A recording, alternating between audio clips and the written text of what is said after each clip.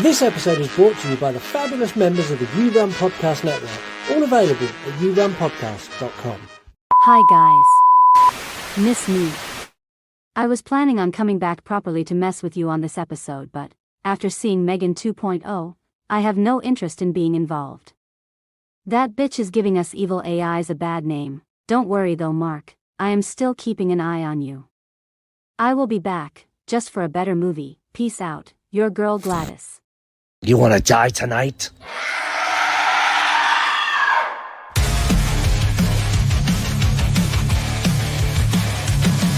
The dad jokes you tell sets the scene. I hang on every word lost in the screen. Your passion for fear is contagious enough.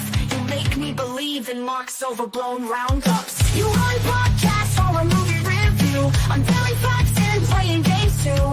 Your words paint pictures of darkness and dread, leaving me grinning long after I fled. But no, the 2-1 podcast.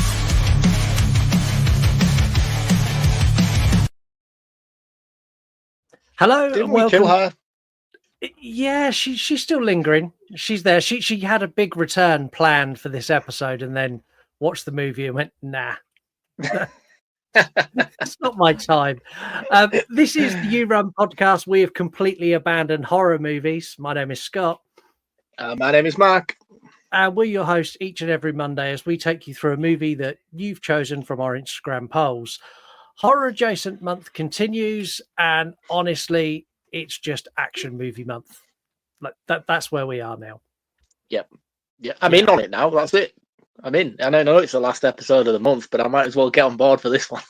Oh, we got one more after this. We got one more. We got Labyrinth, which will be. Of course we have. Yes, Yeah. we have. I do apologise.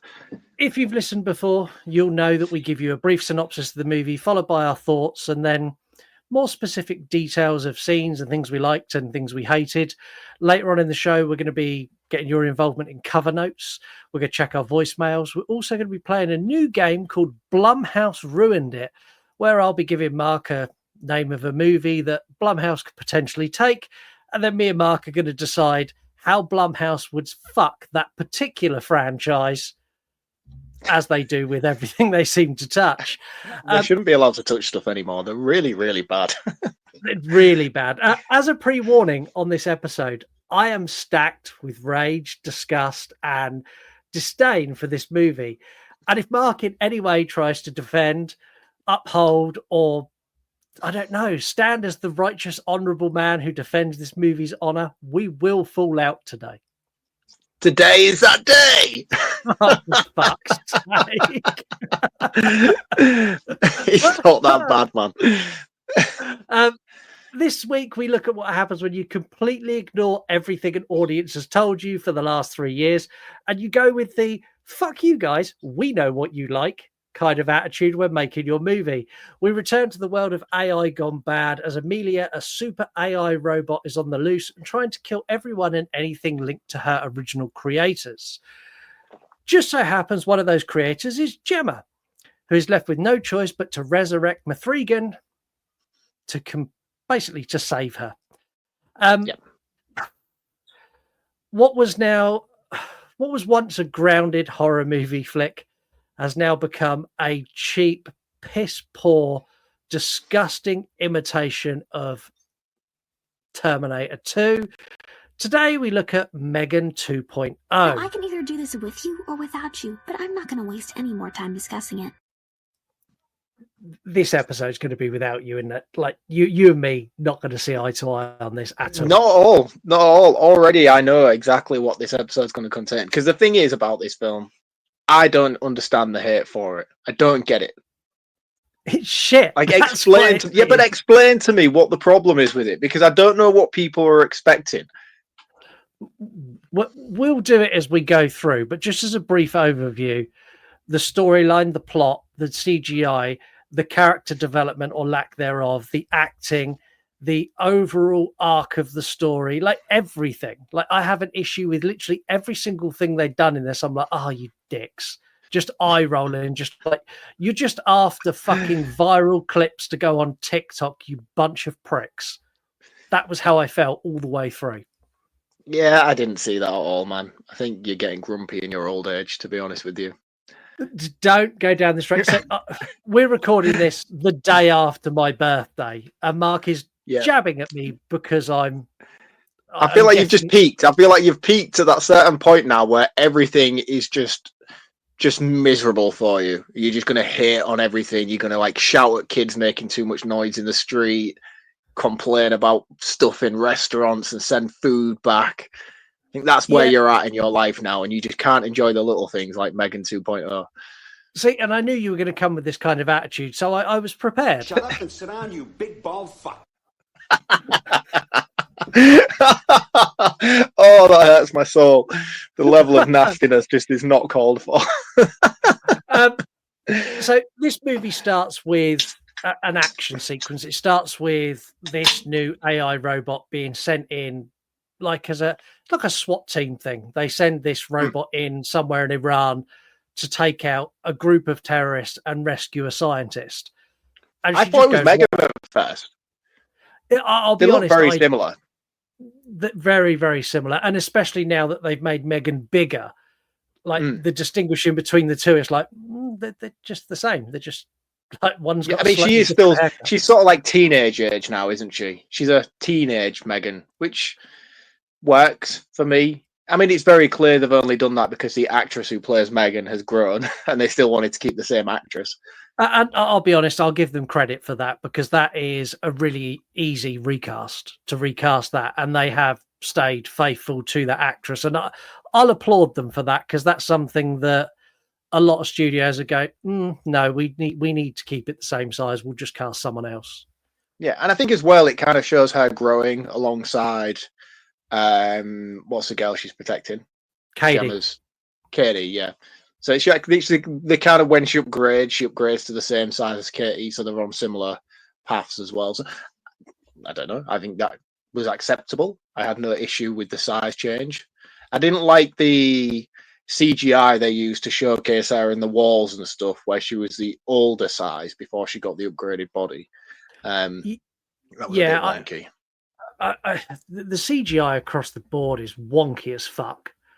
Like it is and it isn't. Like I think it's passable. I don't hate it. Do you know what I mean? But there is quite a lot of glaringly like, ooh, that's a bit rough. It's sort of Marvel TV series level. Yeah. CGI. It's like we've got some money. We'll make it as good as we can. Oh, that'll do. I just think considering like Blumhouse had thrown all their eggs in one basket with this movie, I just expected that to be a lot better.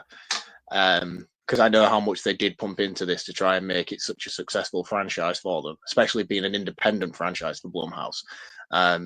So I was a bit like taken aback by the lack of care gone into certain scenes. Yeah, and the thing is, this has bombed so hard that Jason Blum issued a statement going, "We thought we could do anything with her because we thought she was Superman. We can't. We'll go back and we'll listen to what you've told us for the last 3 years." I think the thing is, the problem with that statement, man, is the damage is already done now. Yeah. I think the problem with stuff like inconsistencies in franchises is it's hard to recover from it, you know? And I don't feel like this, like had this movie had like 2 or 3 solid installments and then they'd wavered and said, yeah, we fucked up. We've done a Jason Newblood and we're going to come back and go back to the roots, you know, it would have made more sense. But the second movie in, they're just not going to get the returns if they make a third. No, my biggest argument with this is they built a fan base in the horror genre. So everyone who loves M3GAN loved it because it was a horror movie. They're horror fans who went to see an AI gone wrong. And as much as they wanted to make this their T2, M3GAN and Terminator are not even in the same fucking playing field of quality. I think M3GAN would absolutely smash Arnie, to be honest with you. Get out. I do. Really? I seriously do. I think M3GAN is a more impactful robot in terms of capabilities and strength and all the rest of it. I think we're all just a bit shadowed by the fact that she's cloaked as a little girl. But yeah, I think definitely in terms of superiority, she's like the T3 Terminator 3 robot. Do you know that was one of my biggest bugbears with the Amelia? Like Amelia is the girl from T3. She is that robot, even to the point where like her hand detaches and then a spike comes out. There's loads of little nods to Terminator throughout, and some of them, some of them I appreciate. There's some elements in this that, like the one element that got me is when they steal the car. And as they get in the car, the Knight Rider theme hit. That was so fucking cool, man. I'm like, oh man, I need a reboot of Knight Rider. Like Knight Rider was my jam when I was a kid, and like hearing that, I'm like, and then this car just like, I was like, fuck yes, this is what I need. What I didn't need was M3GAN going in. Like, so Amelia is out on the loose. They get the visit from the FBI guys. Like, look, this evil robot's coming to kill you, so you can come work for us and build us a robot, or you're on your own. And Gemma's like, well, fuck you guys, I'll be on my own. And this is where M3GAN uses all of the like home devices to take out the people who come to get her. Yeah. And in doing this, convinces Gemma to give her a body so she can protect her. The body they chose is a crime. Like, what the fuck C-3PO body? It's an Asimo robot. You can actually buy that. Oh, yeah, sorry, yeah, before you get the actual upgrade. Yeah, before we get too far into that, I do want to circle back onto the FBI agents, because they were my biggest issue with the movie. The FBI agents are tonally just fucking off, man. They're like a parody of the police. And I feel like it felt so weird, man. Do you know, like, there's a lot of stuff in this movie that is tonally wonky, and the FBI are the biggest culprits for it, just at how shambolic they are, especially the guy with the mustache, the main guy. He's just pathetic to the point where he's kind of parodying himself. And Gemma's love interest, who turns out to be the Bond villain at the end. Like, he was very obviously the guy from the beginning. I thought that was just the biggest giveaway. And I think the way they played them so spoof-like and comedic kind of ruined the tone of the film, and I think that's maybe where a lot of the hatred comes from. I know the direction overall was misguided amongst diehard fans, the 5 of the diehard M3GAN fans that are actually out there. No, just directing in general, like the quick flash cuts from one thing to another, then using soft fade in and fade outs. Honestly, it looked like a student directorial project. There's not a single shot in this, bar the fight scenes, that the fight scenes are fantastic. The choreography is amazing in the fight scenes, and I like there was that one where Amelia's fighting and she like kicks, but then the camera tilts with her foot. Do you know, like when people do those reels where they're like that, but then the camera's moving stationary with the head, like a foot kicks and the camera goes and then back up. I was like, oh, that looked fucking awesome. Had I seen that in like a Bruce Lee movie, I would have been amazed. The same as when M3GAN's fighting Amelia and M3GAN does the splits and slides underneath the table. I'm like, that is slick. That's cool. Fuck. Like that. All the fight scenes are great, and I've got nothing against the action segments of this if they stuck them in an action movie. But this is an action movie. Not according to Blumhouse. This is a sci-fi horror, and there's not a single bit in this that is horror. There's a couple of bits where they try and stick like a horror tone over it, and like Amelia will appear behind someone. They almost tried to use some of that horror elements, but none of it fit the rest of the movie. It just felt so out of whack when they went from big kick-ass fight scene to leery robots standing in the shadows. I'm like, this just doesn't work. No, and the thing is, it could have worked. Do you know what I mean? I have no issue with the direction they've chosen to take this film. It's just those certain elements, such as the wonky FBI agents, the clear giveaway that Gemma's love interest was the Bond villain at the end. I have no problem with utilizing those sort of story cues. It's just a tonal misplacement collectively together makes this movie feel like an Austin Powers movie instead of an actual serious movie. Yeah, see, for me, I likened this to... what's it called? What's the one that's got Eggsy and Colin Firth where they're the secret agents? The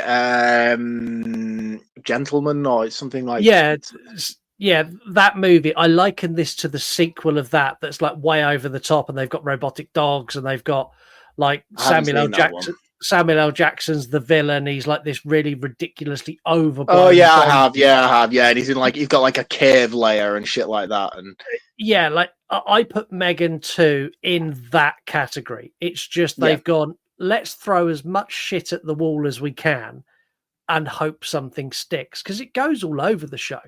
Like it really does. Yeah, like you've got the joke of her being in the little Asimo doll, which was funny for a second, but they fucked it because they showed it in the trailer. Like, if I hadn't seen that in the trailer, I probably would have found that funny, but I knew it was coming. And you've got lots of little gags in there that I thought were amusing. But again, most of those gags were shown in the trailer, where she goes up to one of the guys like, do you remember that time I tried to strangle you and kill you in the lab?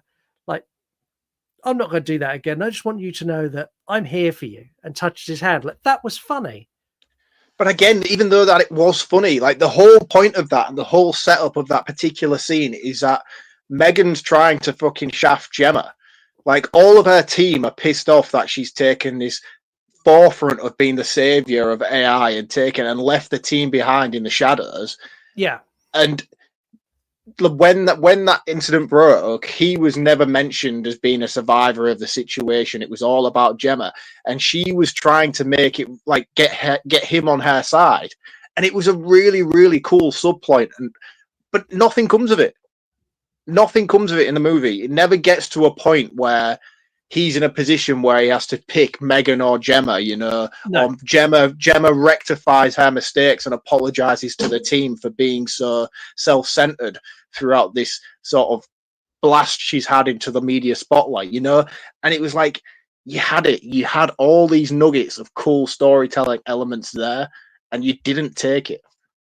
The one that got me was the overtly in your face jab at Elon Musk with the guy with the neurochip. Like, I laughed. Like, I thought that was funny.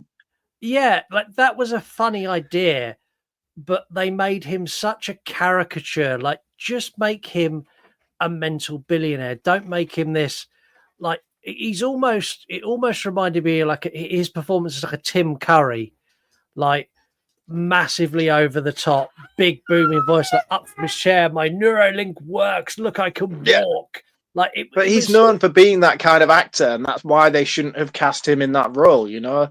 He is loud, he is over the top. It's a dude from Flight of the Conchords. Yeah. I know him most as Timatoa from Moana. But he's great, and I really like him a lot. But again, like, he's a comedy actor. Yeah. And they've put him in this movie. Had they, again, that's just the same thing as the FBI. Had he been a straight-laced character, it would have worked a lot better with the tone of the movie, and I would have taken things a lot more seriously.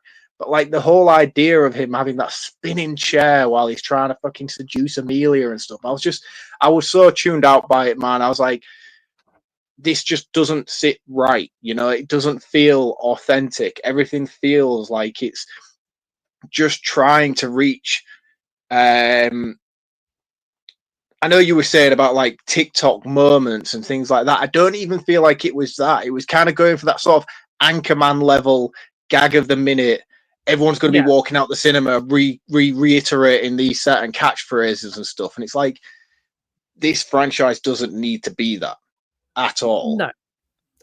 No, it doesn't. And the thing is, there are some really cool scenes in here. Like, I love the where M3GAN races back to save Cady when the people are coming, like that in the car, that where she's driving that car, fucking brilliant. Like, because that's a real car driving around the streets at real speeds with smokes.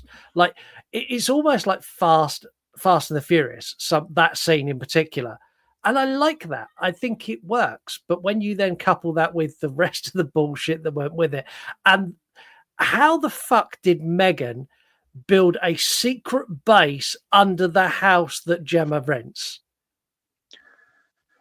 Well, this is it. I mean, the thing is, like, I like the idea of it because M3GAN's obviously orchestrated this whole entire operation since they left the first house. You know, she's been controlling Gemma's life. There was a comment from the FBI when they first interrogated her, and it's like, oh, why is there like 60,000 copies of your book randomly sailing around on a barge boat in the middle of the ocean? It's because Megan's credit card fraud has bought all the books, just put them on storage on a boat. All of that shit you can do. You don't need manpower to do it. You can just do it by typing shit on the internet. And I like the idea of that. I thought it was a really clever way to implement the situation Gemma and Cady are now in, which is all being orchestrated by M3GAN from the start. But they took it too far. Like, what the fuck is that Batcave? And the fact at one point one of them goes, "Let's go back to the lair." Like, what the fuck? Shut up. Yeah. Like, I no. do like the way that Gabriel or Cristiano or whoever the fucking Bond villain is, he's like, did you guys just say lair? Yeah. Like, even he was just like, seriously, what the fuck? Yeah, and like the line about the credit card fraud made me laugh when Gemma questions M3GAN. She's like, "How did you do all of that?" She's like, "I don't really think we should explain the finer points of credit card fraud to Cady at this moment in time, but like, if you want to, I can." Like, that was funny. Like, and that's one thing I will say is I do think, regardless of the surrounding shit, M3GAN as a character, I still feel is as iconic as she was in the first movie. I feel like not much has changed regarding the writing around her as an actual character. I still feel like she's very faithful to her personality from the first film, albeit slightly evolved, which of course you would be. I do feel like she is a faithful adaptation, and I just think, like, had you taken her character out, implemented it to a same story, but just played it more straight-laced, this would have been a more impactful sequel and probably be well appreciated by fans. I like the through line of showcasing M3GAN growing as a character as well. Like, the stuff, one of the best parts about this movie was when she has that conversation with Gemma, and she basically is like a teenager. She's like, I'm not apologizing for anything anymore. You created me. I behaved under your orders, and I'm older now, and I'm wiser now, and I look back on those moments, and I'm not apologizing for your mistakes. And I was like, that's really fucking cool, man. That's a really impactful line in a movie. The thing is, there's lots they do in this with AI, about AI learning, and like M3GAN's now had 2 years since the first movie where she's done nothing but absorb information, and she's changed, and that's really clever. And then they talk about, so the whole premise of the movie, there's a super AI that was created in the 80s and it got out of control, so they locked it away, and it's just been locked away, just learning and seething. Yeah, just being pissed off for like 40 years. And like M3GAN explains, like, I've learned for 2 years, look how far I've come and look how much I've changed. Now put me away for 30 plus years, give me no outside contact. I'm going to be bitter. I'm going to be angry. And as soon as I'm released, I'm going to infiltrate every single system and shut it down. I'm going to kill all of you. And they use the paperclip analogy, which is a really good AI. Yeah. So like, if AIs were tasked with just making as many paperclips and not given any restrictions, they'd be like, oh, well, traffic causes problems for us shipping the paperclips. Let's shut all the roads down. Oh, humans aren't buying enough paperclips because they're buying staples. Let's go and firebomb staple factories. Like, with no restrictions, AI will just follow its one specific task, which is exactly what it does. And I think it's really clever that they put that in, but then they surround it. Like, there's so much going on and so many like unfinished subplots, like the Gemma and her love interest. Like, they're never really fleshed out as a love interest. You know it's there, but it's not done properly. And like a couple of throwaway lines from M3GAN, like, oh, he's not even your type. She's like, what do you mean? She's like, I've seen your internet history. She's like, we need to stop talking. Like, it's not fleshed out properly. So all of the good work they've done is lost in this mountain of one-liners and quick gags that they're going for quick reward instead of telling that they had the chance to tell a really good like AI narrative, and they had all the bones there, but just ignored it. I don't even think it's a case of ignoring it. I just think they marketed this movie towards teenagers, you know? And I think that's the mistake they've made. They haven't orchestrated it towards genuine horror fans who give them the glorification that they received for the first movie. Granted, there was kids coming out celebrating the first M3GAN movie because they could buy tickets to go and see the uncut version. But it was true horror fans who was like, actually, guys, we all need to take a step back and appreciate this movie for what it is. I know everyone's been snubbing it during its marketing campaign, but it's actually quite good. And then the sequel was announced, and all of us guys doing these podcasts and everything else who snubbed it immediately the first off turned around and was like, pay attention, this is going to be good, this is going to be great, it's going to go in this certain direction. But they didn't. They marketed it towards young teenagers who aren't going to be giving it the reception it deserves when they walk out of the cinema. They're just going to be there talking about it in KFC with their mates afterwards. And I just think it's misguided. And I think a lot of production companies are doing that at the moment. They're not thinking about genuine horror fans. I think the only one that really does deserve the celebration for that kind of thing is A24 and possibly Neon, even though Neon makes a few wonky mistakes along the way. Yeah, and I'd agree with that. And I think that had they marketed this differently, it would have had a different reception. And for anyone who's got kids, like, this is so unscary that I would quite happily sit my 6 and 8-year-old down and let them watch this. This is no more terrifying or like fear-inducing than a Marvel movie. Like, this sits in the same category as like Spider-Man or Doctor Strange. That's what they've gone for. They've tried to make their own Marvel movie. Is that's what I get the feeling like. Yeah, no, I know what you mean. I don't think they've tried to do that though. I don't think they've tried to hone in on the superhero invasion. I just think they just got it completely fucking wrong. I don't even think they intended it to go down this route. What the fuck is that Iron Man like laser glass suit shit in that expo? You can't tell me that that's not directly ripped from the Stark Expo in like Iron Man 2. Like, that whole setup of like all the dancing and like Amelia walking the crowd, like, that was just ridiculous. Like, that costume she was wearing and the dancing I hated those costumes that they stayed for so long after that scene. Like, M3GAN wore that costume right through, and I was like, you look like fucking something from Spy Kids. Yeah, that's exactly what it is. It's Spy Kids. And Amelia looks great. Like, that AI robot is got the potential to be genuinely terrifying. Looks great, vicious, remorseless.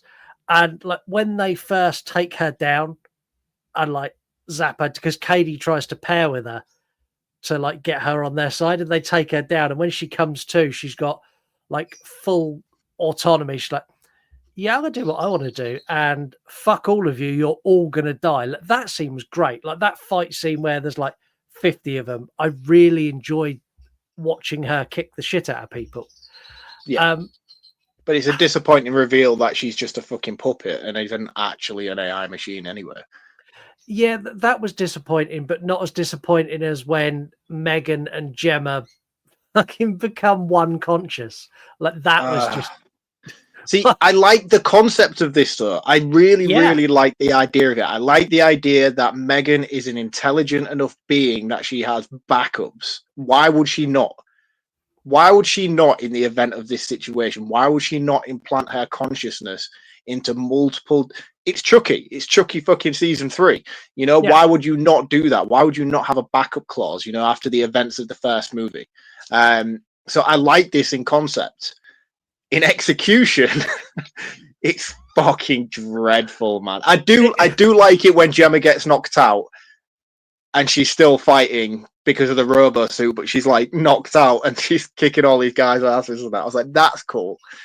See, that I had real appreciation for, because whatever stunt person done that to perform the moves they did, looking at the floor, must have taken so long to get that right. Yeah, it's really precise. There's kicks, there's flips, there's fucking.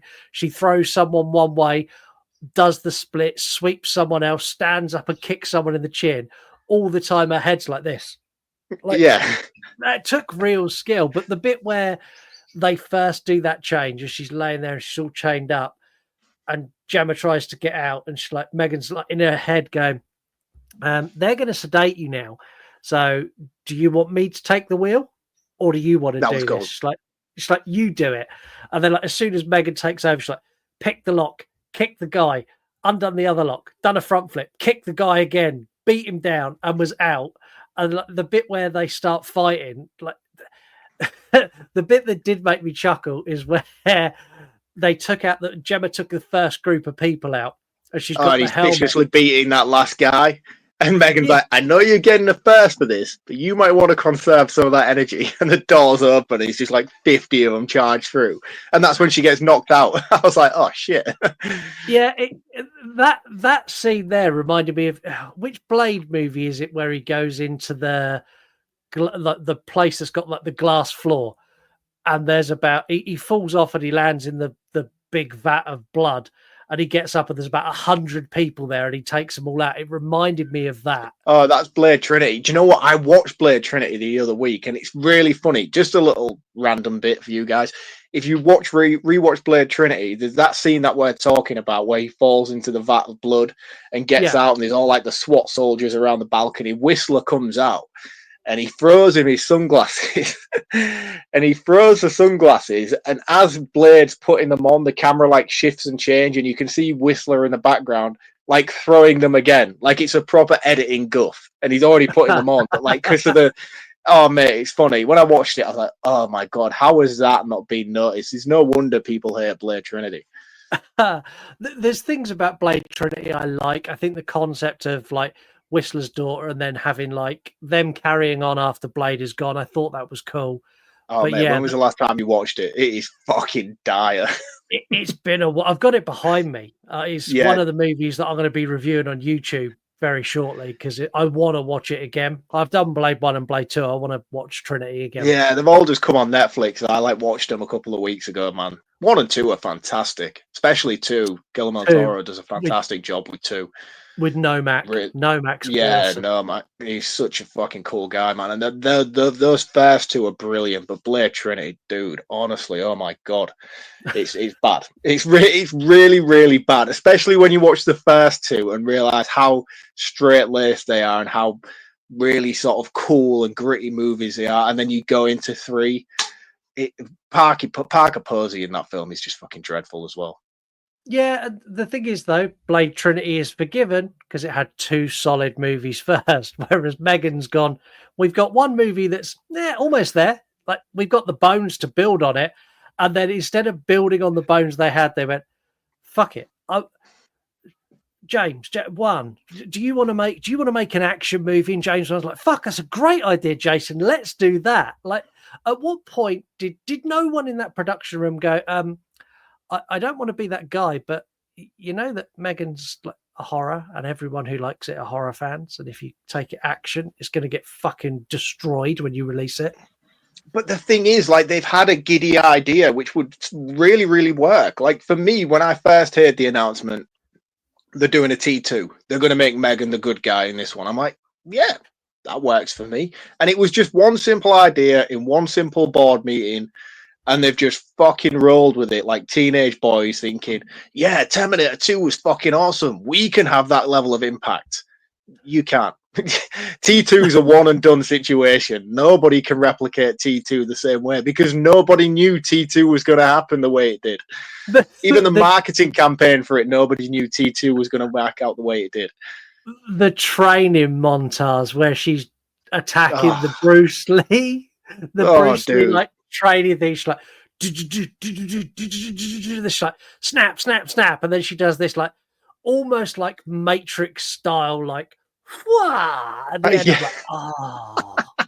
I'm like, and there's loads of that. Like every time she fight, like there's a bit where Amelia knocks her down and she does like a backflip and slides back really cool, and then she almost does like the Neo bit where it's like arms everywhere, it's like arms out, it almost goes like that to give some more. And I'm like, I was waiting for it. I was literally waiting for that bit, and it didn't do it. I was like, all the fucking cheesy bullshit you've done throughout this movie, and you didn't go for that one little move.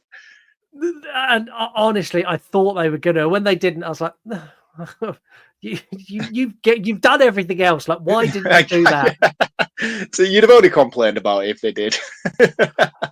I probably would have, but if I'm honest, that would have been the bit that probably would have made me belly laugh because that would have been like, okay, right, you've gone beyond that point. The problem with this is they do so many things that they try to be really funny.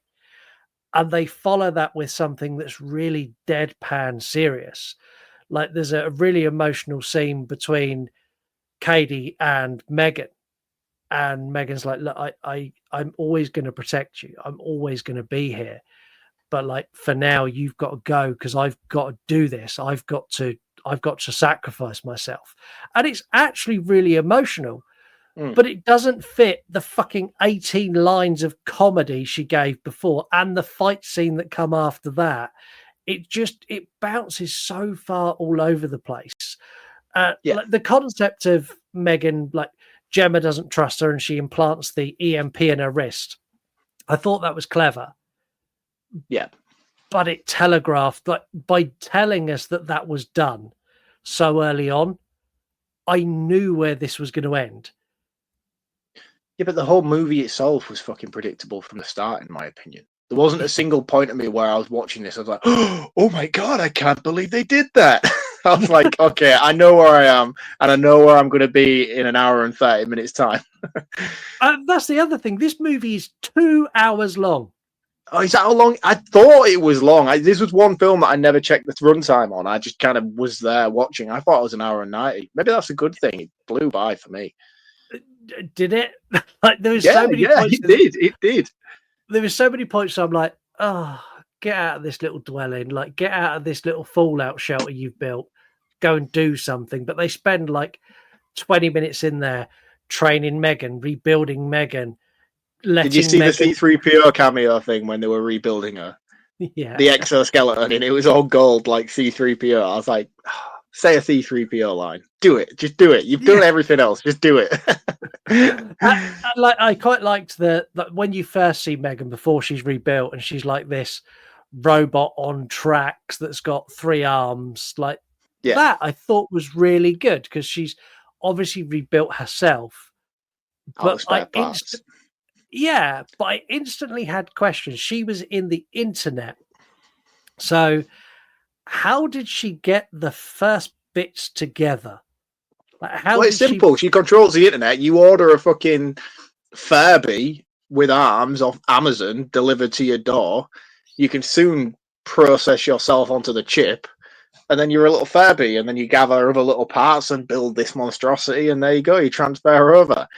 That's the thing. Like, I like the transferring of her consciousness into various things throughout, barring when she does it with Gemma. But the ending completely undercuts the sacrifice made at this movie.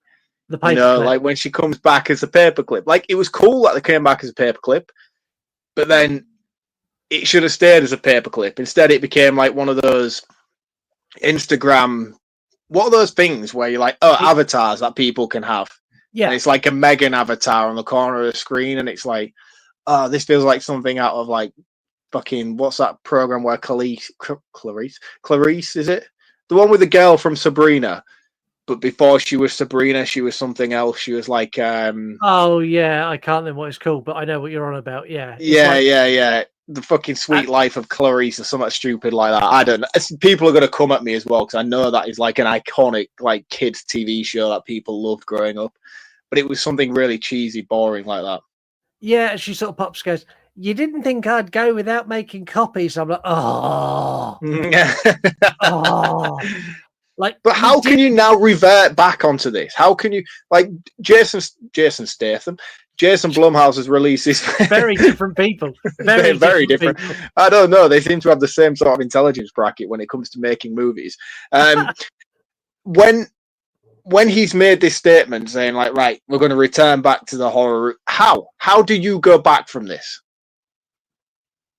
You can't. You can't do it now. You do a remake. Like, that's the only option you've got. But that's it. That is the only option. But like, you can't remake a franchise within 5 years of the franchise being established.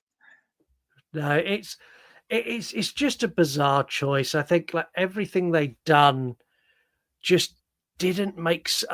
My problem lied with like, if I watched this as a pure action movie, as a standalone without Megan existing, I think I'd be on board. But I didn't. I watched this as a sequel to Megan, and because of that, everything they'd done Like, I spent so long eye rolling, like, oh, you're doing that because you want to, you're doing this because you want everyone to mimic it on TikTok. Oh, you're doing this gag because you think everyone's going to talk about. Oh, you're fucking promoting Azimos. Oh, you're taking the piss out of Elon Musk because you're expecting the younger generation who quite openly hate him to go, oh, look, they're mocking Elon Musk. We love this movie. Like, everything was so contrived and so like deliberate to try and garner clicks and to try and target a very specific demographic that it just teenagers. alienated everyone else. Yeah. Everyone else. Yeah, I mean, I don't know. I know this movie is severely littered with problems, but I don't have a hatred for it. Like, I enjoyed the time I spent with it. You know what I mean? It was entertaining, but that's all it was. It was just entertainment, and there was nothing to it. There was no substance to it. I'll never watch it again, and I'll never recommend it to anybody else. But I didn't begrudge the time I spent with it. Yeah, but I'll tell you what you could do. You could recommend an account for us. Should we end it there? Yeah, fuck it, man. Okay, let's give you. I've got a really cool soundbite for you this week because I think we needed something cool on this episode.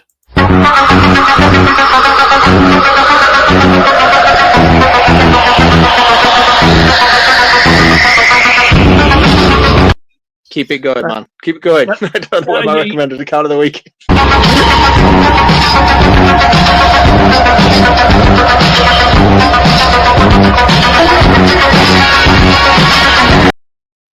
Ready? Yeah, I'm ready. Okay. I was ready ages ago. I just wanted to listen to Knight Rider again.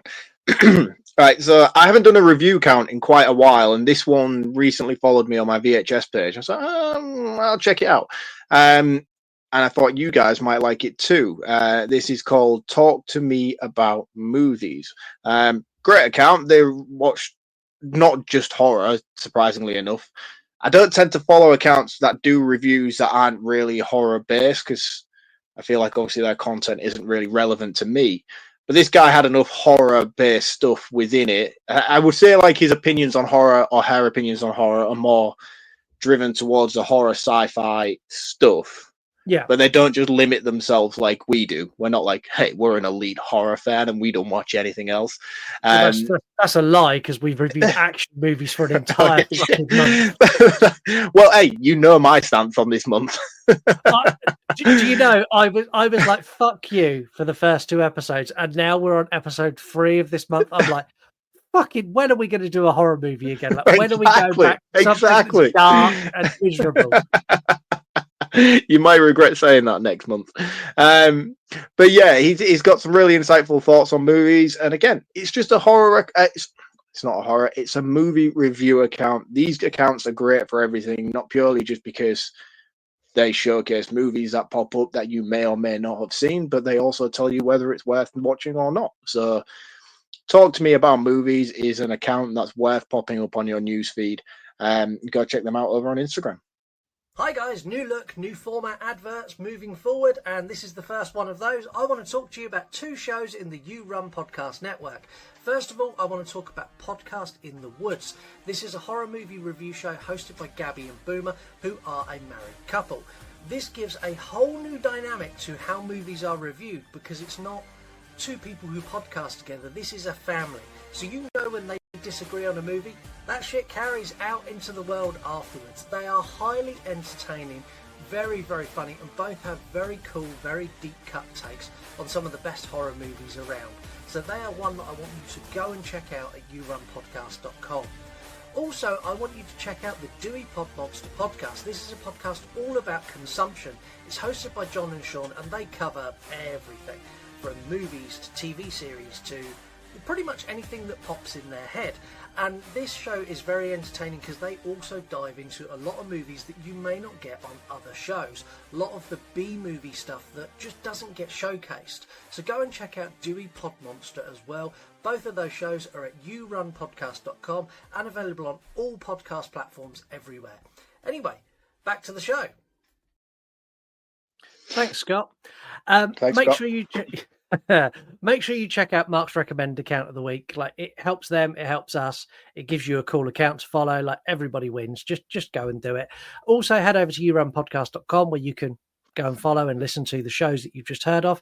Also, the other shows, the You Run Podcast Network, and have links to all of our shows, all of our merch, links to our socials. If you want to follow us to get the most out of our socials, it's Instagram at You Run Podcast. While you're there, make sure you give Mark a follow. He is Reviews from the Crypt, where even the worst movies he's reviewed are nowhere near as bad as the garbage we've reviewed this week on the show. Or VHS from the Crypt, where his entire collection is better than the entirety of the Blumhouse franchise. Like, the entire Blumhouse movie collection is not featured in Mark's collection. Oh, no. Oh, I do have like a few Blumhouse movies in here, though. Yeah. But they're only Halloween movies. Exactly. And they were never made on VHS. You had them made. I did have them made. Yeah, I did have the VHS made, but which is really fucking cool that I could do that. Yeah, I love technology these days. Yeah, it's great. If you're not on Instagram, you can follow us everywhere else. We're at You Run Podcast. We post different content on every single platform. So whether you follow us on X or Blue Sky or YouTube or TikTok, wherever you follow us, you're getting something different for the most part. So is Blue Sky still a thing? Yeah, it's still a thing. It's weird. We get the occasional comment on Blue Sky. So if you're on Blue Sky, give us a follow. X, we seem to be picking up some momentum at the moment, which is weird because X is like you post something and then people like talk to you and you actually have to have a conversation, where Instagram's just, oh, I like that. So I find myself talking to lots of people, which is bizarre. If you like exclusive content, head over to our YouTube at You Run Podcast. There's loads of exclusive reviews on there that you don't get here. And if you want super exclusive stuff, go and visit us at patreon.com/You Run Podcast, where you get to choose from a selection of tiers, which give you everything from early access ad-free episodes, so you don't need to listen to this part of the show, all the way up to pretty much full control over the show. And I'm not joking when I say that. September, every single movie in the polls has been picked by our top tier Patreon members. So they've literally just gone, no, you two pick shit movies. We're going to pick them for you.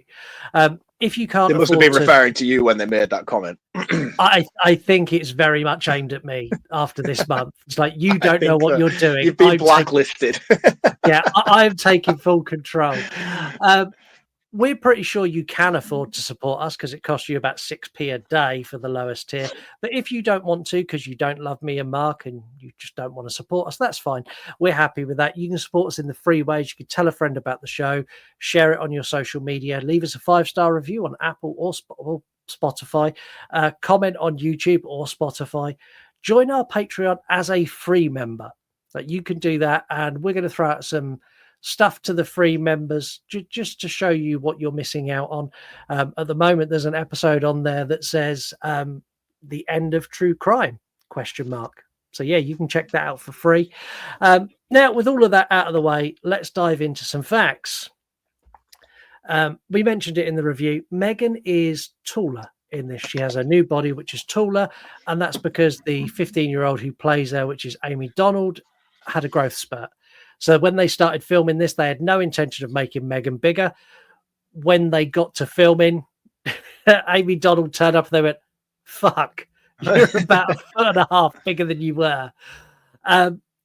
So this is what gets me. The director felt, in his word, he had an obligation to live up to fans' expectations and the expectations of Universal and Blumhouse, because she was so loved by everyone. And he decided he wanted to make a movie that was a deserved sequel, not just for the character, but for the world, and wanted it to be something that was completely unique, that sits inside horror, action, and sci-fi, and was completely bonkers.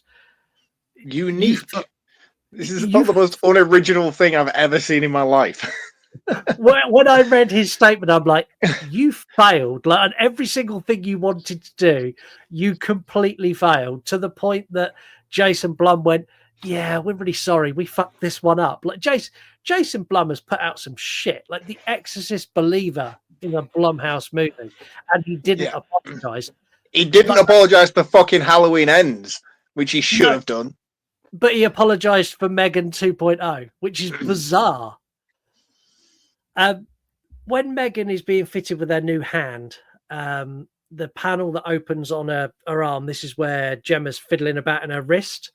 It is identical to the panel that's in Luke Skywalker's newly fitted arm in Star Wars Episode 5, Empire Strikes Back. It's identical. Yeah, I'm not a big Star Wars guy. I picked up on the C-3PO one, but I imagine there's a lot more littered out throughout this movie than what I noticed. Yeah, there's quite a few. And I'll be honest, that's all the facts I could be bothered to find, because after I watched this movie, I had no interest in digging deeper. We have some voicemails. I'm going to start off with an apology. We got this voicemail about 2 months ago, and I completely missed it. So I'm going to start with that one. This comes from Newman at Movies for Days. Hey, Scott. Hey, Mark. Newman the Film Rat here from the Movies for Days podcast. Ahoy, mateys! Avast me hearties! See, I'm using nautical speak there because I'm calling in response to your recent episode on Jaws 2. In that episode, you mentioned that it seemed like there was some sort of a setup for Brody's wife to have an affair and cheat on him, but they didn't really do anything with it, and that made you go, what's up with that? Well, when you mentioned that, it made me go, hang on a minute. And I remembered that in the book by Peter Benchley, which was the basis for the original film, Brody's wife does, in fact, have an affair with Hooper. Hooper also fucking dies at sea because the shark cage trick doesn't work so well. And Quint is not eaten by the shark, but he stabs the shark with a harpoon like 80 times, then gets caught up in a rope and drowns, and that's what kills the shark. Brody is like convinced the shark's about to get him, but he finally succumbs to his wounds down to the bottom of the sea, never to be seen again, and Brody, the only survivor, has to swim back to shore. And the story goes, when Spielberg was making the movie, he realized in the midst of production, this ending sucks. And he contacted Peter Benchley and he said, listen, the ending in this book might work fine for a book, but this is going to suck for a movie. Here's what I want to do. And he explained what he wanted to do with the exploding tank. And Peter Benchley trashed this idea. He said, that's horrible. You don't know a goddamn thing about oceans or sharks, marine life. A shark would never do that. This makes no sense whatsoever. To which Spielberg basically replied, listen, asshole, they've been on this boat with me in the middle of the ocean for the last hour or whatever. They will accept whatever I give them. The ending needs to be kaboom. And it was. And I think we can all agree it was the right move. So That's what I got for you. Also, Scott, I haven't forgotten about your horrendous take on the alternate ending for 7. I am coming for you, motherfucker. I just don't have time to do both in one, call in. So, pucker that butthole of yours, because I'm coming. Oh, run! Run! I'm coming for you! Awesome. Now, yes, I didn't know that when we did Jaws 2. But Jim's Retro Emporium did send me this copy of Jaws by Peter Benchley, which I have started reading, and I have got to the affair section, and it blew my fucking mind. Like, literally blew my fucking mind to the point where I haven't picked it up since. Yeah, the thing is, it gives Hooper a completely different, Hooper in the He's movie. a lad. Yeah, Hooper in the movie, really nerdy guy, never going to get a girl, but he's funny, and he's kind of a crewmate. Hooper in the book, dirty scoundrel, will sleep with anything. Lads. He's Captain Jack Sparrow in the fucking book, man. Yeah, he is. We also got a message from Heather. Pre-warning, this is quite a long message. Heather went on many tangents, so here's Heather. Hey guys, so I finished the Poltergeist episode. I finished it earlier, but then I got sidetracked because, 2 small children, and I had shit to do today. I had to go to the dentist and get a cleaning and a checkup, and so I had lots of stuff to do, plus get groceries. Anyway, the episode was fun. I love Jay and Jim. I speak to them pretty frequently, probably Jim more so. We share reels and our dark sense of humor. But the episode's fun. I don't really feel like I have to watch the movie. I mean, it's a French horror film, correct? Yeah. It's not really my vibe. I don't really like movies that are like I have to read my movie or it's dubbed, it like drives me insane. But anyways, we'll see. But I did listen to it. It was great. Y'all were funny. Funny haha, not funny queer. And, well, Jim and JR. But that's a different story. They know I love them. Anyways, I do overshare. And that's okay, Scott. So mind your business. I don't care. And also, you made a comment about me not being able to come on the podcast. Or, well, Mark actually was like, yeah, Sleepaway Camp 2 would have been perfect for Heather. Yeah, I know that. And just because I have 2 kids doesn't mean I can't do shit. But you're, but okay, you're not really wrong because I can't just up in podcast anytime I want. Anyways, yeah, I don't really have anything else to say. The episode was great. I'm proud of Mark still. I'm glad that he loved Sleepaway Camp 2. Seems like you guys really enjoyed this film. It's just not a film I'm going to really watch. Yeah, I don't really have anything else to say except for watch Sleepaway Camp 3 and then give me plenty of notice and I will be able to come on the show with you if that one ever gets pulled. And, oh, also, I forgot. So I'm sitting here, like, as I'm listening, I do sometimes watch the video. And I'm looking at Jim, and I'm like, ain't nobody said nothing about Jim and his buff-ass arms hanging out of that shirt. No one mentioned it. So I'm going to mention it, because Jim was looking like the whole snack bar. No one said anything. So, Jim, I love you. I'm so, like, I don't know what's going on with you. I'm so happy for you because it looks like you've been in the gym working on your fitness looking fergalicious. Okay, love you guys. Love you all. Bye. Do you know what the annoying thing about that is? Is like, I know Jim, and I know how fucking happy he is going to be with Heather's statement there, to the point where he will probably clip the audio from that and have it on his ringtone on his phone.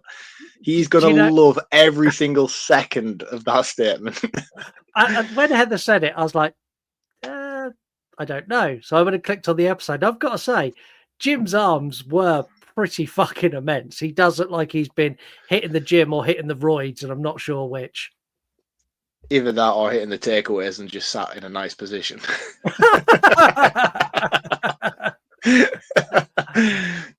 We now have 4 very, very short messages, and then we're going to rock on to do cover notes. Morning, guys. Mark, I need to apologise because knowing it's horror adjacent, but my opinions are quite similar to yours. But I did vote for most of these films purely to piss you off, so I'm very, very sorry. Am I kidding? You don't sound it at all. He does not sound sorry in the slightest.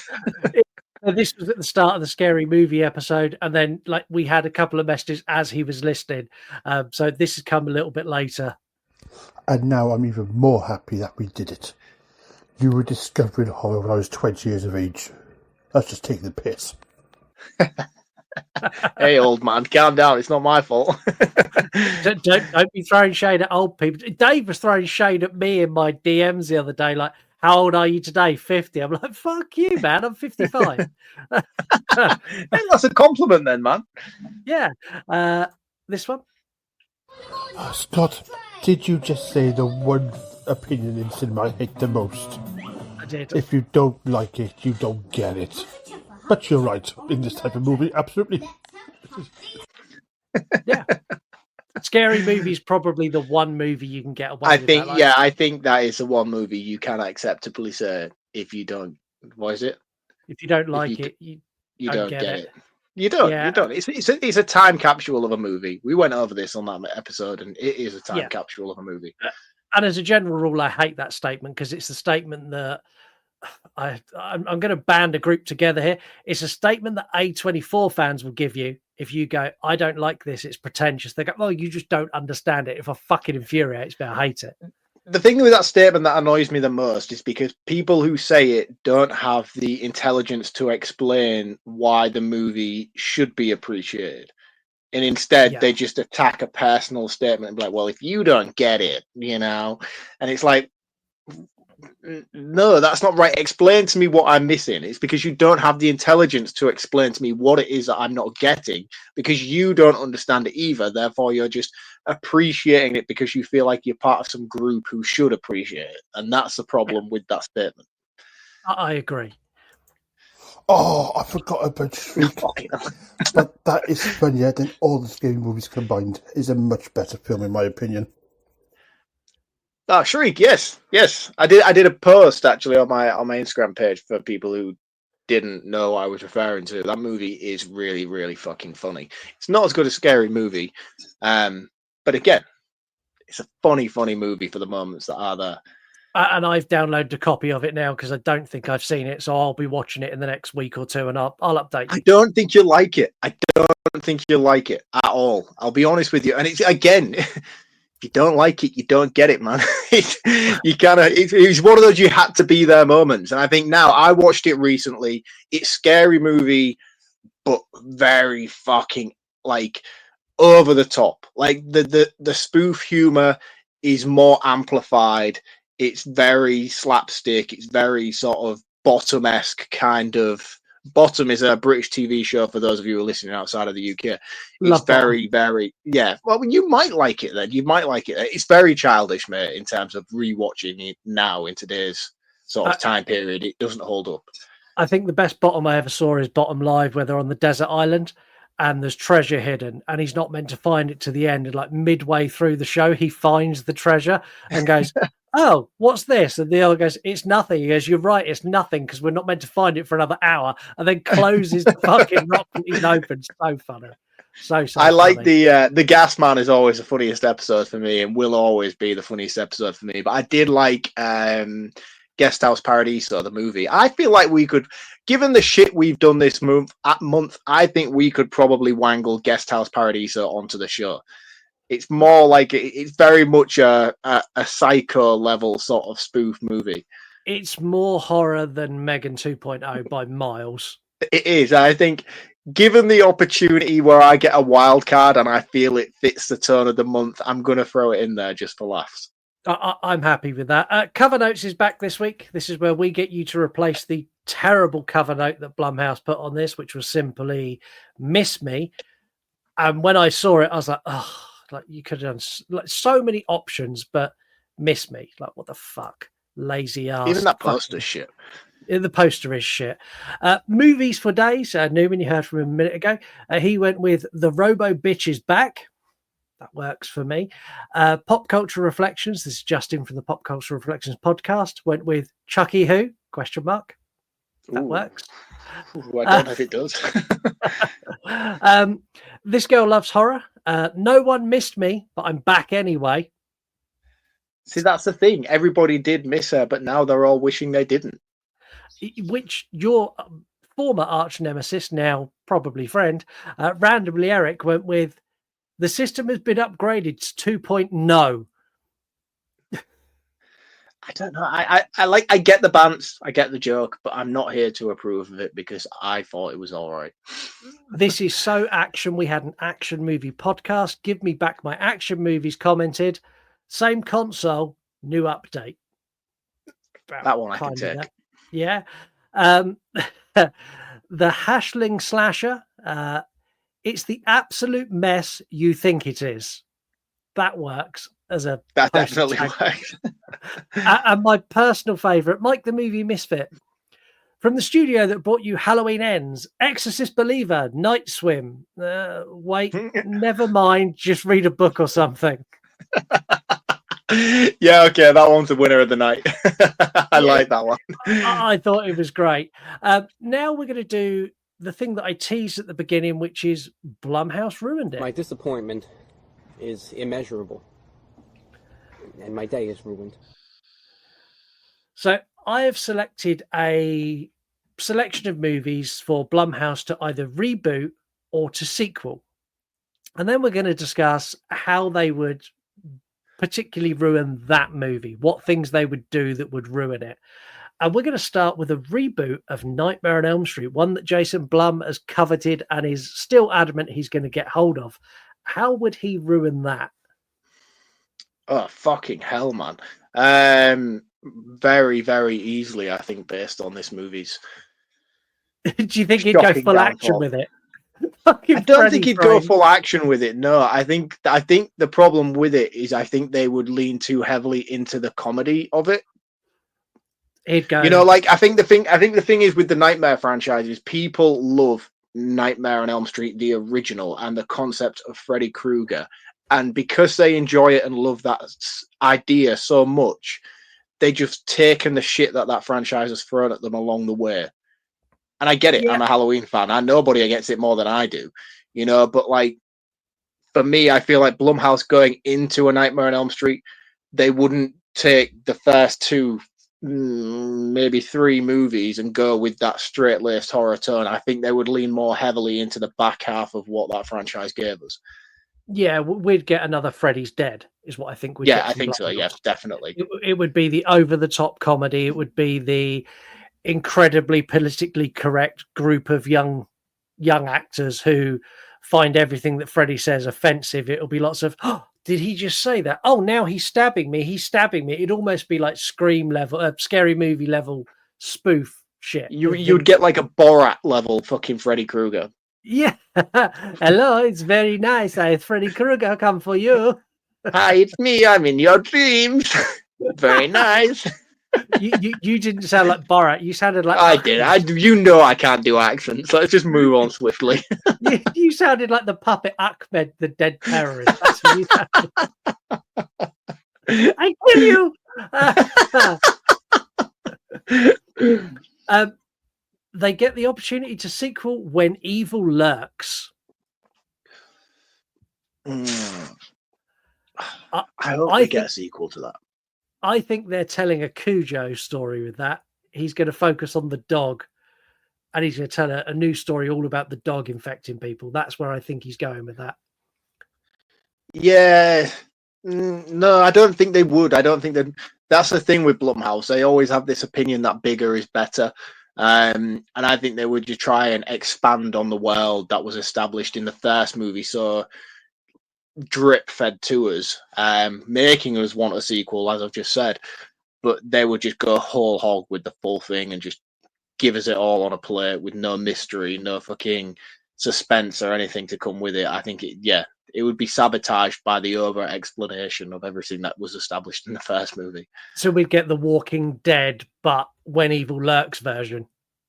Yeah, either that or they would go down the sort of Conjuring route, and instead of focusing on the main story, they'd give us some stupid little spin-off prequel episode. Jump scare factory. Yeah. Of the original demon that caused the zombie outbreak. Yeah, it'd be like The Nun. We got two more. You said they like to go bigger and better and badder every single time. They get to sequel Return of the Living Dead. How do they go bigger than that?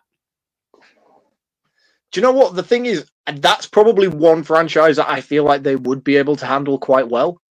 No. Because I feel like zombie movies as a whole are a very basic and easy premise, hence the plethora of them that we have throughout horror. I don't feel like it's something that takes a lot of effort to do. And I say that because that's my take on zombie movies. I'm a big zombie fan, but all of them follow a very generic sort of through point. It's a very easy ride for me, which is probably why I enjoy watching them as much as I do, because I know what I'm getting when I'm going into one of them. I'm not expecting anything fucking groundbreaking when I'm watching a zombie movie. And the odd occasion that I do find them, like Night Eats the World, the French one, that was really fucking cool. And there was one that I watched on Shudder not too long ago where it's a woman walking through the desert, just constantly being chased by a singular zombie. But because there's nowhere to go, it's not like a herd was following her. It was just vast wasteland. And it was just a case of that one's never going to stop because it doesn't, because it's dead. And she's a human. And although she might have initial steady pace on it, it's always going to keep coming at a slow pace. And it was a really cool, unique concept. And I was like, oh, that's surprising. We don't get that very often. But whereas with Return of the Living Dead, I feel like it already feels like a M3GAN 2.0 kind of spoofy movie going into it anyway. They'd definitely PG-13 it. They probably would PG-13 it. Nolan And ain't again, wiggly boobs. no. And again, that's half the issue with Blumhouse is they don't take themselves too seriously as a horror creator because they want to sell tickets. But this is half my beef with fucking most movies that come out. This is half my issue with fucking Marvel films these days. They're not growing with their audience. You know, people who tuned into the first Iron movie are now in their fucking 40s and 50s, but they're still target audience in kids. And it's like, we've been here for 20 years following you and supporting you on this journey. Stop churning out Power Rangers bullshit and fucking upgrade it to people who are actually paying your ticket funds. And the one movie they actually done that with was fucking awesome, and that's Thunderbolts. If anyone hasn't seen Thunderbolts and you liked like Marvel Phase 1 and Phase 2, Thunderbolts fits that. It's very disgruntled, very like personal trauma, dealing with depression and death, why they fight people. Like that is a really good movie. I was really impressed with that. And I think the success of that movie has kind of switched on a light bulb at Marvel, I think. I'm really excited for the new Fantastic Four movie, actually, that's coming out in a couple of weeks. That looks really, really good. Yeah, everyone going to drool over Pedro Pascal for forever. I don't get it. Oh, have you watched The Last of Us Season 2 yet? Yes, I have. I haven't got past that. I don't want to dive too much into it because I know the full season's out now and everyone's been bitching online and stuff. I haven't got past that initial second episode. I watched it. I cried. It was awful. I didn't see it coming because I've never played the games. It broke me, man. It broke me, and I haven't returned to episode 3, and that was about a month and a half ago. They, in my opinion, and I'm not going to give any spoilers for anyone who hasn't seen it. In my opinion, they fucked it so badly that the original writer and creator, who come from Naughty Dog, has now stepped away from to do season 3 because he has. I saw that. He's branded it as he needs to go and work on his other game. In reality, he's got, you fucked this up, and I don't want to be attached. Yeah, I don't want to be attached for season 3 because this is on a fucking rapid downward slope. So bye. Yeah, I saw that he jumped ship, man. That's interesting. Yeah, he did. Which, if you're a fan of the game and you've watched all of season 2, I think you may have the same opinion as me. You got to the end and went, "Oh, you dicks." Like, you absolute dicks. Like, does that apply to people who have played the games? Like, I haven't, so for me, I'm just taking it on a TV series basis, and at the moment, I'm enjoying what they're doing. I don't understand the hatred. Yeah, I think it's very much more the people who played the game have a very strong attachment to the game and to that story, and the changes they make don't sit well. Like, it's very much like, why'd you do that? Like, what they've done in the game was better. Like, the game is one of the biggest games of all time. It won like the equivalent of game Oscars for its story. Why are you fucking with the thing it won all of its awards for? Like, leave it alone. Like, just You're not kidding, man. It gets a fucking remaster on every single console that's come out since its release. Yeah, and honestly, when I get the next gen PlayStation, like PlayStation 6, like when that comes out and I eventually get it, if they remaster The Last of Us 1 and 2, I will buy it again. Like, I own that game for 2 separate consoles because it's that good. I was going to do one more, but we're on quite a high, and I think if I do the movie I'd picked, it'd put you on a downer. Fuck it, I'm going to do it. Yeah, I wanted to do it. Yeah, I'm going to say, now I'm going to spend the rest of the fucking episode thinking, what was it? Blumhouse get the opportunity through a weird twist of fate to make a sequel to Halloween Ends. This is a really, really conflicting topic to talk about because I know we've taken this as a light-hearted game throughout, but now we're on the serious shit. We're talking about Halloween. And I don't know who we blame. And again, I don't know who we blame with M3GAN. Do we blame Blumhouse or do we blame the director and writer of the movie? How much influence does Jason Blum have on these movies in terms of the direction that they take? Because is it Gordon Green's fault for the Halloween fuck up, or is it Blumhouse's? Because the first Halloween movie, the 2018 one, is a fucking 5-star movie all day long. Yeah, I blame Jason Blum. I think Jason Blum is very hands-on, very much show me what you've got. No, I don't like that. Change this, this, and this. That's the vibe I get from him. He is like Bond villain level control. That's how I see him. I could be wrong, but he's a Weinstein without the sexual assault. Yeah, I think that's where he is. And yeah, like you've only got to listen to Gordon Green when he said like how much pressure he was under to get kills out in a certain time frame, and he didn't have time to develop scripts and stuff, and it was very much cobbled together. Like, if I'm honest, I think if they got sequel Halloween Ends, I reckon they'd bring Gordon Green back again, give him his I think they redemption. would, and I wouldn't oppose it, to be honest with you, because I feel like given so much time has passed since Halloween Ends, and again, I don't hate Halloween Ends.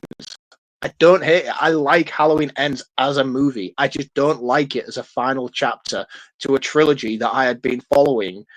I love Halloween. I'm a big Halloween fan, but the Gordon Green trilogy is the only Halloween experience I've had in cinemas. So for me, this timeline was an event for me. It was a oh, the new one's coming out. I can't wait to be there on opening night. And I was fully invested in everything it had. I was wonky on kills. I loved a lot of it, but it left a lot of lingering questions. I feel like it's Evil dies tonight. Evil dies it's very tonight. much the Terrifier 2 of the Halloween franchise, where it's just there as that bridge piece where it sets a lot of stuff up but doesn't deliver on it. Yeah. And it was okay because we knew we were getting the trilogy. We knew we were getting the end one that was going to bring everything full circle. But then when the end one came out, it didn't come full circle on all the stuff that it had established in kills, which was so intriguing. And again, you could blame the pandemic for that, but you can do that with a lot of things. And I don't feel like that's responsible, because just because there's a pandemic, that doesn't stop you writing a script in the comfort of your own home. It doesn't. So that's make you what a bad annoys me. writer. No, exactly. So that just pissed me off, and I was like, so what would they do? I would like Green to come back, and I would like to redeem it, and I feel like he could do that, and I feel like the story paves way for him to do that. How do they bring Michael back? Michael went for a wood chipper. How do they do that? I'm thinking M3GAN robot. No. I don't think they do that. I just think Corey survives and he's the new Michael. But then they make it a fucking proper brutal movie. They kill Laurie Strode. They kill the entire fucking Strode timeline. And just see him walk off into the forest at the end. That's all it needed to be. Blumhouse would go the robot Silver Shamrock.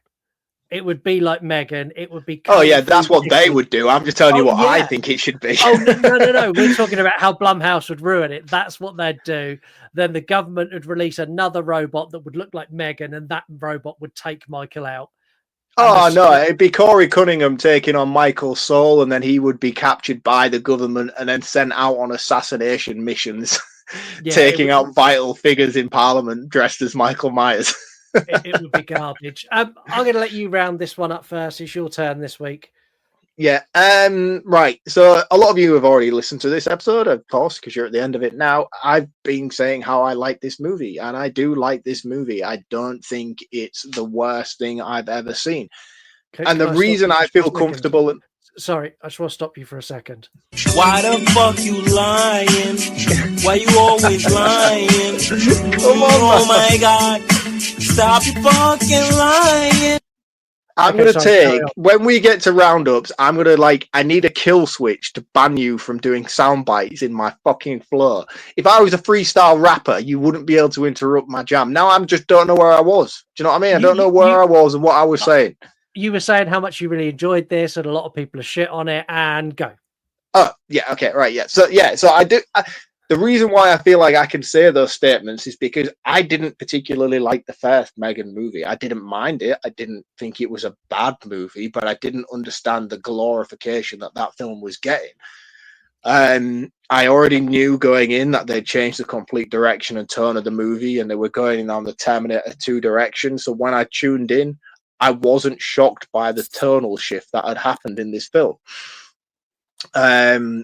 Again, we've mentioned the acting's not great, which is a disappointment because the character of Gemma, who I mentioned heavily when we reviewed the first M3GAN movie, and I was saying how much of a great actress she is in the film Perfection, and I felt like she was left at the sideline quite a lot in that first film. She's not. She's amplified to the forefront in this film quite a lot.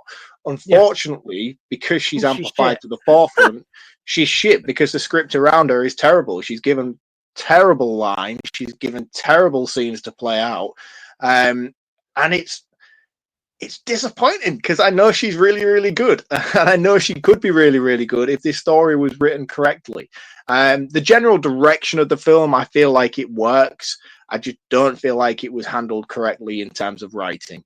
It could have been done a lot better. The tonal shift is very, very wonky. They needed to pick a darker, more serious tone with it, and I feel like the story that they went with would have worked much better. I enjoyed it. The choreography and fight scenes were really, really cool. I like how faithful they were to Megan's character from the first movie. But again, it was an enjoyable 2 hours. I didn't begrudge my time spent with it. It was one of those movies that I would casually put on and just watch and just think, yeah, that was all right. That killed time. It was entertaining. I laughed along the way and I didn't hate it. I can understand the people who are really, really diehard fans of the first film being utterly pissed off and despising Disgusted. this. Yeah. Yeah, really, really disgusted by it. And I get it. I understand why. Unfortunately, I'm just not one of those people because I don't really like the first movie all that much. So for me, this didn't offend me the way that it has everybody else. I probably won't watch it again. I've seen it now. There isn't much rewatchability with it. But yeah, I didn't hate it. It was as enjoyable as the first film was, and that's enough for me. It's a 3 out of 5. There's nothing offensive, in my opinion, about this movie. But again, that comes down to personal attachment to this franchise and to this character, which I don't have. So Okay. as a couple of hours well spent kicking back, tuning off, yeah, you don't have to pay attention. You can just be there and enjoy the ride. And I did. I didn't hate it. Okay.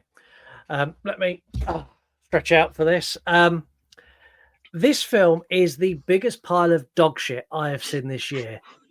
Not because they switched genre from horror to action and still market it as a sci-fi horror, although that still did fucking annoy me. The effects are subpar. They're rushed. M3GAN didn't work as a hero for me. Like the whole T2 vibe. T2 worked because Arnie has limited dialogue and it's set in a very dark environment. And even as the hero, he is a dark character. M3GAN's this fucking flapping her arms, throwing sunshine and rainbows, and it just didn't work for me at all. Like, I don't think that's the case. I think that's misguided statement. I don't mean to interrupt you, but I still feel like she was the anti-hero throughout. There was always that element of is she or is she not just leave? Like when they did that big reveal, which was like M3GAN set this whole thing up from the start, which wasn't actually a reveal. It was just a theory by Gemma. I believed it. I was like, oh shit, M3GAN has actually orchestrated this whole fucking operation from the start from her Batcave. Yeah, and had she done that, I probably would have bought into it more. Had it taken that dark twist at the end and M3GAN killed Gemma and M3GAN released the evil AI and M3GAN started taking over the world and they ended the movie, I would have forgiven everything that come before it, but they didn't. They gave her this happy-go-lucky ending. It was just bullshit. Everything in this is really easy to telegraph. I felt like the acting wasn't up to par, like by anyone. But what annoyed me the most is the fact that Blumhouse made this movie seeking virality. Like they had viral hit with M3GAN with the M3GAN dance, and they wanted that again because that's what drove M3GAN to get so many people to go and see it. And this movie feels like a selection of clips that they could drop on social media that would make people go, oh, fuck, that's cool. Like with the Asimov, but oh, that's cool. I need to see that.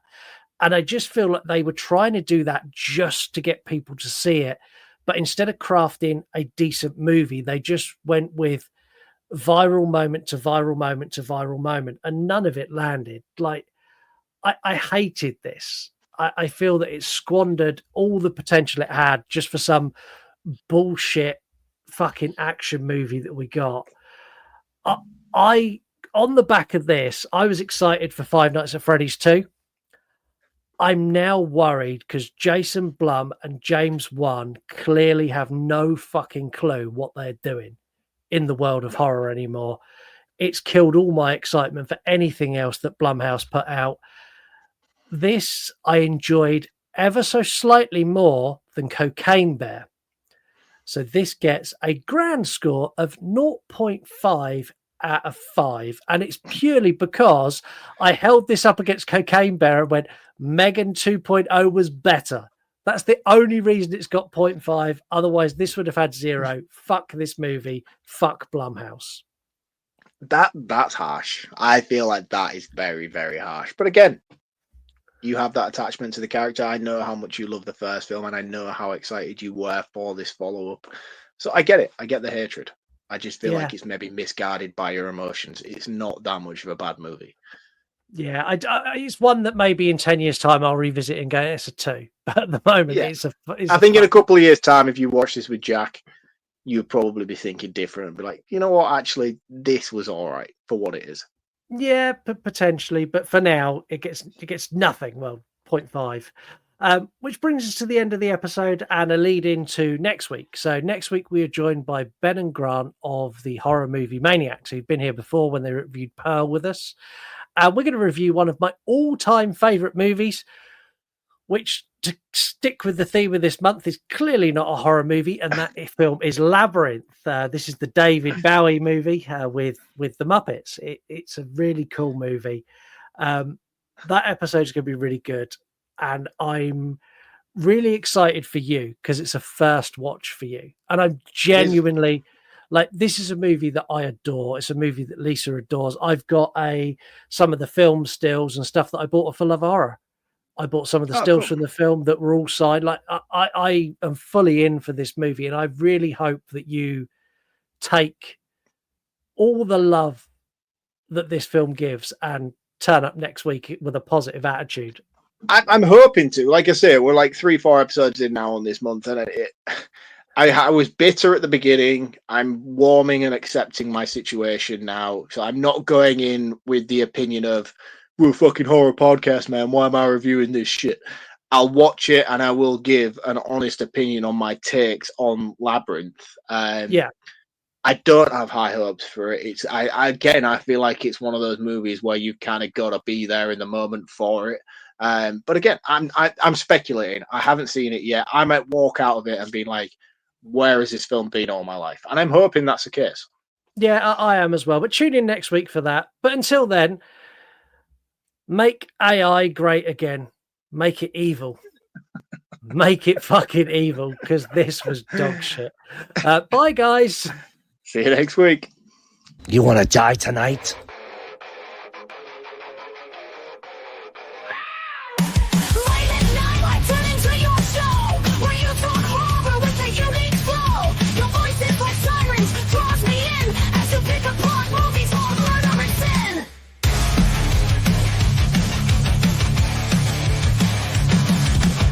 Jokes you tell sex scene.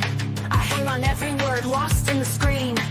Your passion for fear is contagious enough. You make me believe in Mark's overblown roundups. You run podcasts or a movie review, unveiling facts and playing games too. Your words paint pictures of darkness and dread, leaving me grinning long after I fled.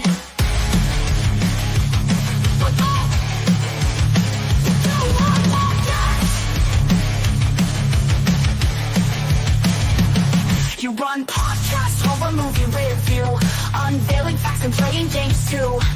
Your words paint pictures of darkness and dread, leaving me grinning long after I fled.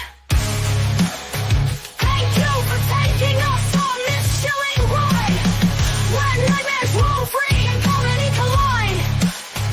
With your podcast we laugh and cringe, but your content is so good we can't help but binge. You run podcasts. You run podcasts. Shut up and sit down, you big bald